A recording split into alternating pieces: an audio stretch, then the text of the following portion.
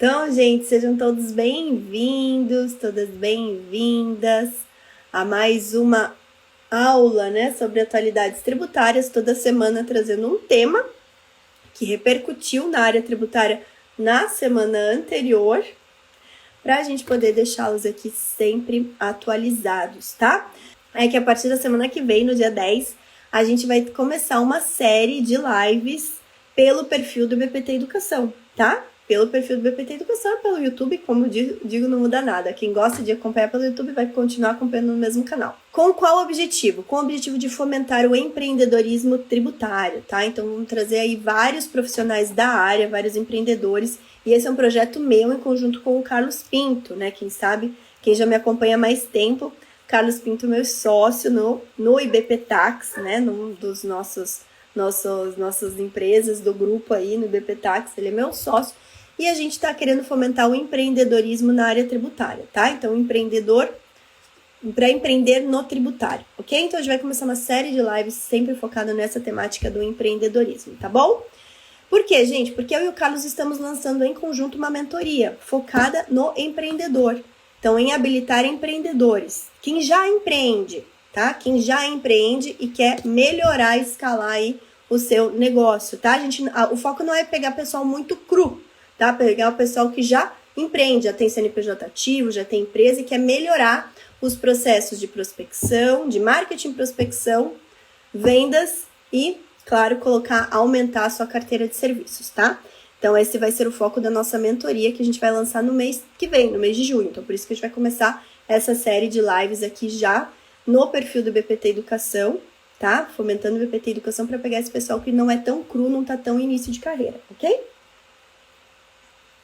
Nada contra com quem está no início de carreira, tá, gente? Faz parte do processo, mas no início de carreira eu vou continuar focando as estratégias para o tributarista do futuro, tá bom? Então, feitas as considerações iniciais, gente, eu quero que vocês olhem, pensem nesse tema de hoje. É um tema que interessa a muitas empresas que sejam... Olha só, para quem que interessa esse tema de hoje? Empresas, primeiro, que sejam contribuintes do ICMS. Segundo, que tenham filiais em estados diferentes. E terceiro, que façam transferências de mercadorias para estabelecimentos dessas filiais de estados distintos, tá? Por quê?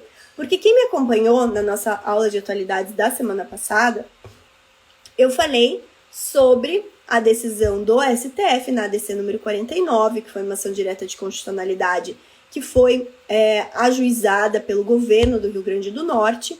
E depois de anos de tramitação, o Supremo, ao julgar essa ação direta de constitucionalidade, com efeito erga omnes, né, feito para todos, entendeu que o ICMS, né, como ele já tinha entendido antes no tema 1099, ao julgar o tema 1099 em sede de um recurso extraordinário, que o ICMS não deve incidir na transferência de mercadorias entre estabelecimentos de um mesmo contribuinte, ele olhou na ADC 49 artigos específicos da Lei Candir, tá? Que é a nossa lei complementar em matéria de ICMS, que dispõe, né, sobre as regras gerais relacionadas ao ICMS, obedecendo lá os comandos da Constituição Federal, no que tange a lei complementar, e julgou inconstitucionais 3 dispositivos da Lei Candir, que estabeleciam a incidência do ICMS, mesmo na transferência de mercadorias de um estabelecimento para outro,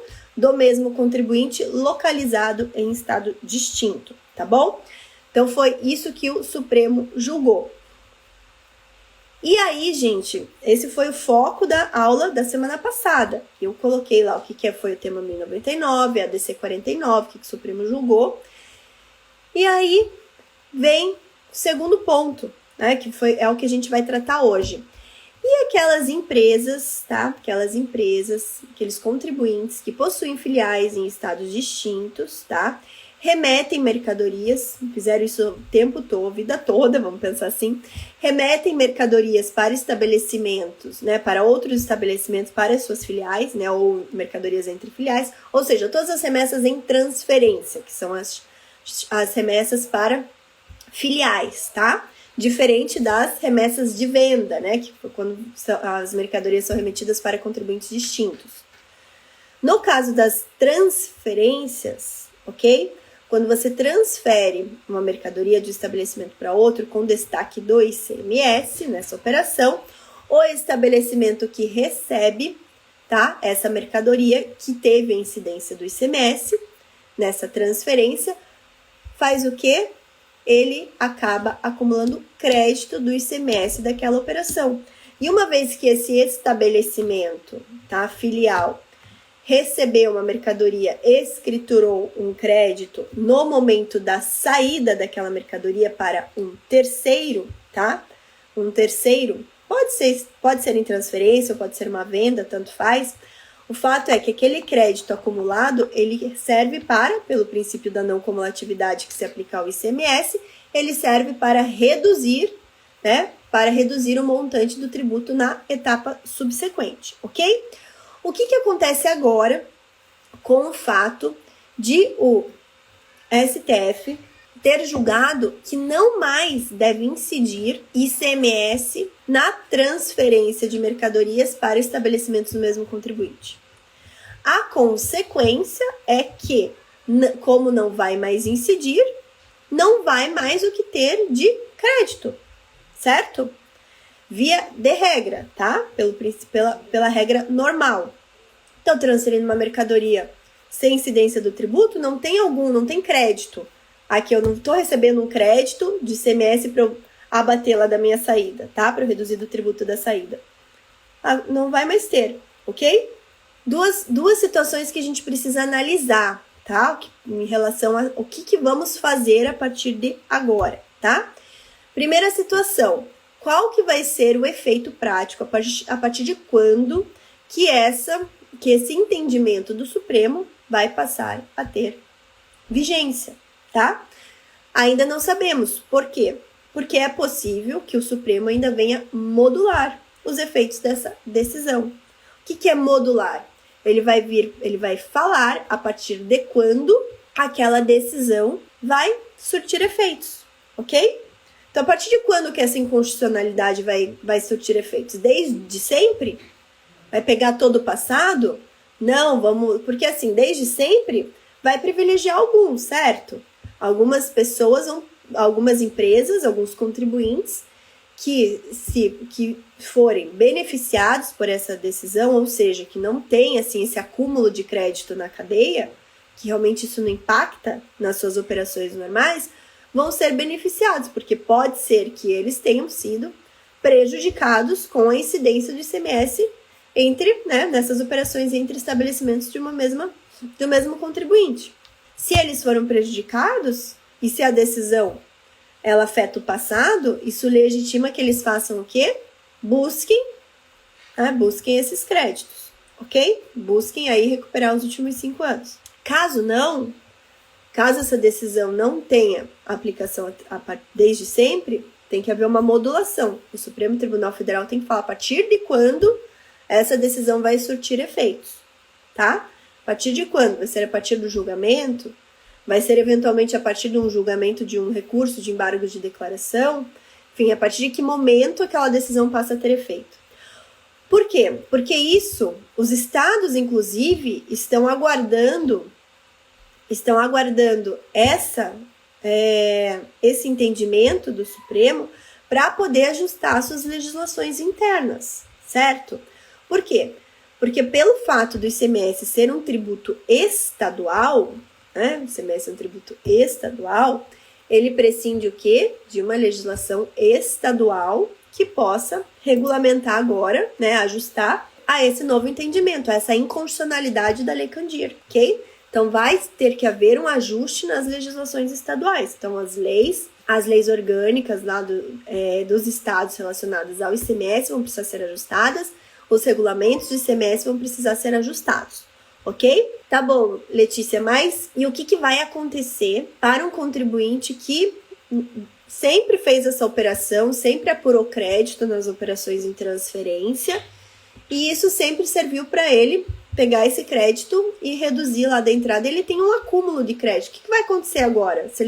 Então, ele tem um crédito acumulado que ele não vai mais poder utilizar quando ele for dar uma outra saída, certo? Certo. Então, quais são as possibilidades a partir daí, ok? Quais são as possibilidades? A primeira possibilidade é que esse crédito ele seja utilizado em alguma outra operação tributada, né? Então, ao invés dele dar, ele já tem aquele crédito acumulado, porque ele já fez outras operações em transferência no momento que aquela operação em transferência gerava crédito. Então, ao invés dele fazer uma outra operação em transferência que não vai gerar crédito, ele vai fazer uma outra operação de venda para poder aproveitar aquele crédito. Essa é uma situação, ok? A outra situação é aguardar eventualmente o que o Supremo vai modular, tá? Vamos pensar, não, eu só vendo para minha filial, eu não faço outra operação, só faço venda para uma outra filial, estabelecendo meus contribuintes. Não tem jeito no meu negócio aqui, na minha operação, de eu reestruturar para fazer uma venda, né? Não, mas eu só posso fazer transferência. Então, daí a gente tem duas situações. Uma é aguardar o que o Supremo vai fazer, e a segunda, né, que é uma consequência dessa primeira, aguardar o que o Estado especificamente vai regulamentar e vai ajustar da legislação. Por quê? Porque é possível também aos estados, claro, de uma forma assim, que eles vão ter que submeter ao CONFAS. Provavelmente essa situação vai ensejar reuniões próprias no âmbito do CONFAS. Por quê? Porque para muitos contribuintes era vantajoso haver a incidência do ICMS nas operações entre estabelecimentos do mesmo contribuinte. Justamente esse que para eles faz sentido fazer a apuração de débito e crédito no sistema não cumulativo, tá? Então, isso vai forçar todos os estados a se reunirem, né? Essa reunião se dá no âmbito do CONFAS, para verificar possibilidades de o quê? De dar incentivos fiscais para esse tipo de contribuinte. Letícia, qual o incentivo fiscal? Por exemplo, um crédito presumido, tá? Então, tudo bem, fiz uma operação em transferência, não tive direito a crédito, então um crédito presumido para saída, tá? Essa é uma situação. Outra situação é possibilitar o estorno desses créditos acumulados também. Então, os estados também podem dar uma possibilidade de se estornar, né? Se tornar para esse crédito. Quer dizer, falei errado, gente. Agora, com a decisão, os créditos acumulados, eles vão ter que ser estornados, tá? Obrigatoriamente, eles vão ter que ser estornados. Então, os estados, eles podem sim, desde que, né, isso seja feito de forma conjunta lá no âmbito do CONFAS, verificar outros mecanismos fiscais para neutralizar esse efeito desses créditos que vão ficar pendurados, tá? Então, isso são situações que vão depender muito de sentar, né, do Estado, primeiro, né, dos contribuintes reivindicarem, para os contribuintes que vão ser prejudicados com essa decisão, reivindicarem perante as secretarias da Fazenda dos respectivos estados e, dependendo do volume da pressão, né, os estados também sentarem conjuntamente no âmbito do CONFAS e verificar mecanismos fiscais para que não se prejudique nenhum contribuinte, para que os negócios continuem sendo fomentados, tá?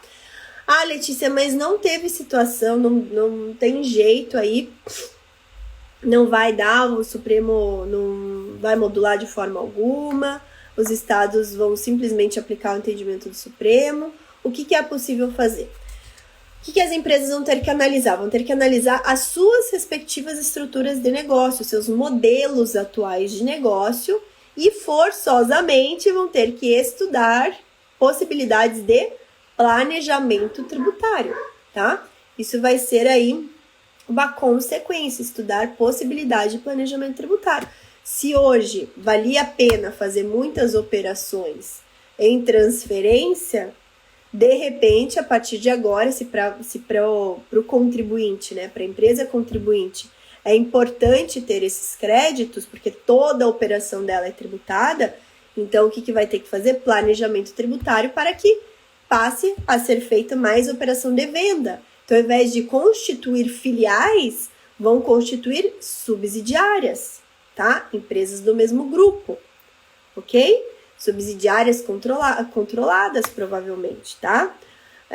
Para se fazer operação de compra e venda e não mais de transferência.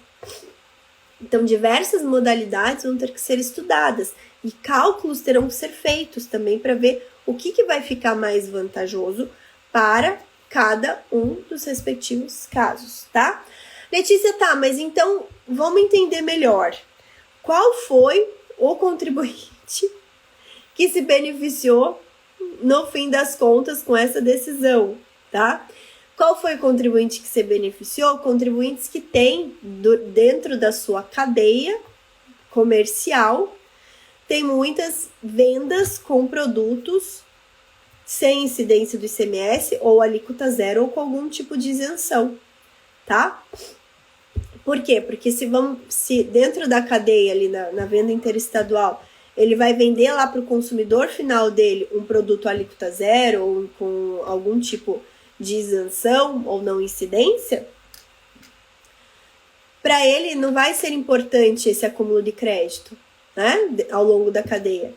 Para o exportador também, né, que fica acumulando um monte de crédito na cadeia e lá no final tem que depender dos mecanismos dos estados para devolver esses créditos, que são situações que demoram bastante, né? Inclusive, tem aqui um levantamento que foi feito, se eu não me engano, 30%, alguma coisa assim, dos contribuintes, deixa eu ver se eu acho esse dado, 30% dos contribuintes que pedem ressarcimento olha aqui, ó, tempo médio da solicitação de ressarcimento de créditos de ICMS, tá, gente? Fonte Confederação Nacional das Indústrias, ok? Ó, 34,5% dos contribuintes conseguem esse ressarcimento de ICMS em até um ano, mas 32,9%, né, um terço, nunca consegue, simplesmente não obtém o ressarcimento. Por quê? Porque depende do estado, tem estado que não faz o ressarcimento, tem estado que demora demais. Então, isso é uma situação bem prejudicial para o contribuinte. Então, ficar dependendo de ressarcimento de crédito não é algo interessante, né?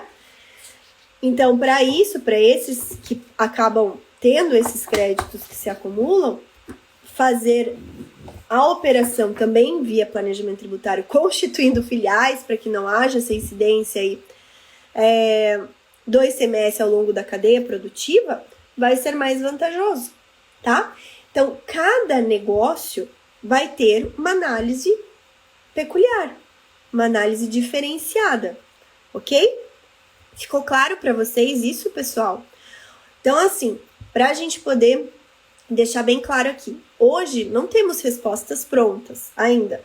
Nós temos contribuintes que vão sim se beneficiar com o entendimento do STF, tá?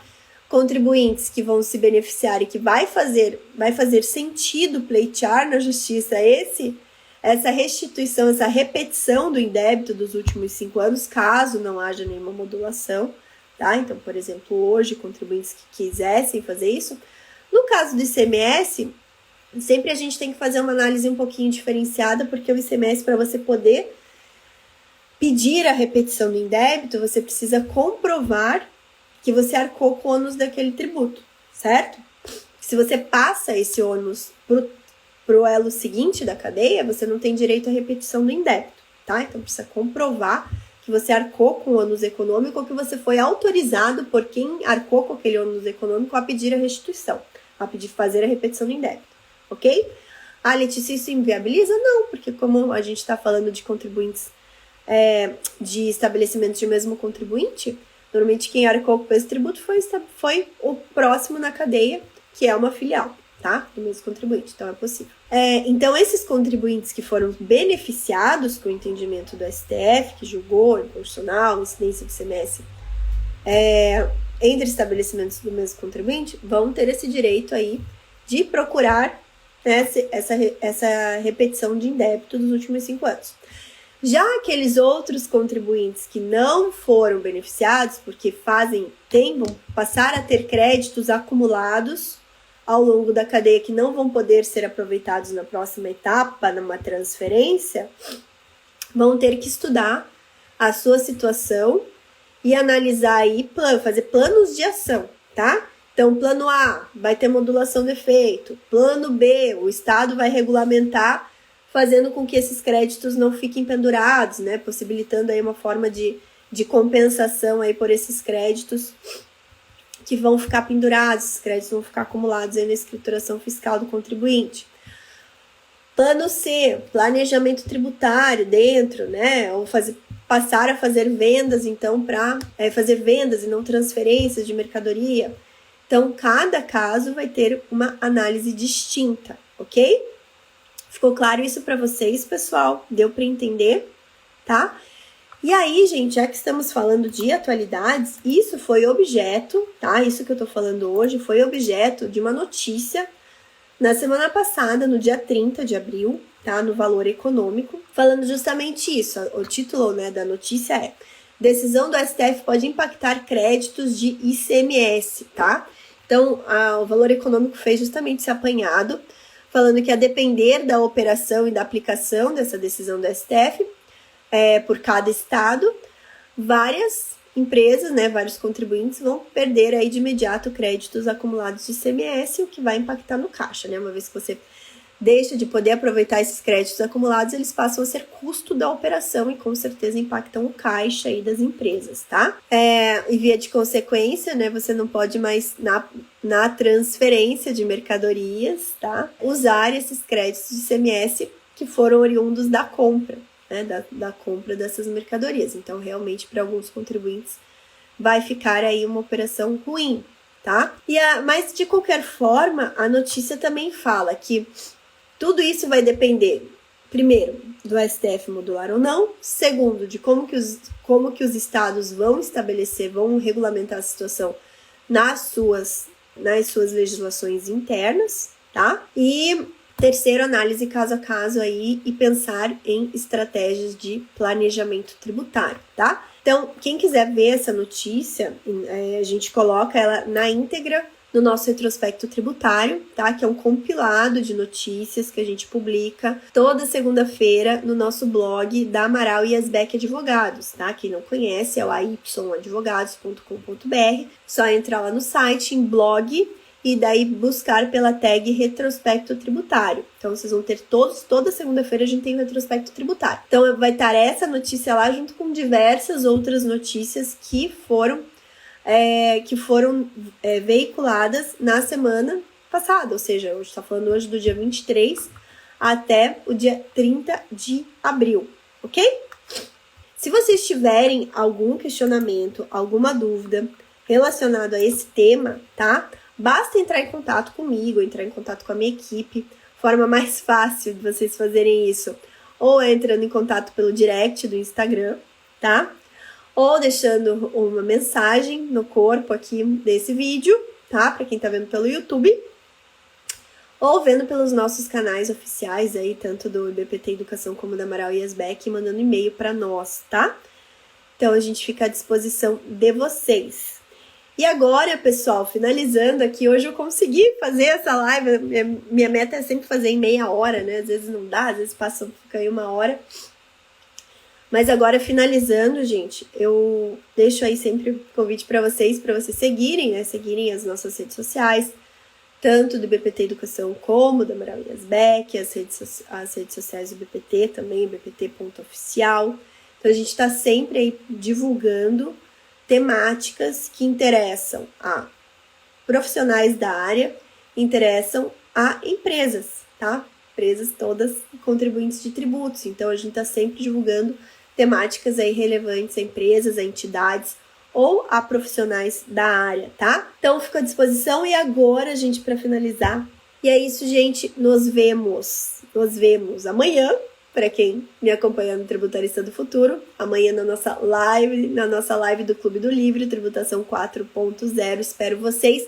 Para quem ainda não se inscreveu, não é assinante do YouTube, se inscreva. Excelente semana para todos, excelente semanas para todos, aguardo vocês na segunda-feira que vem, mesmo horário, 13 horas, para a gente debater uma outra temática atual relacionada a esse nosso mundão da tributação.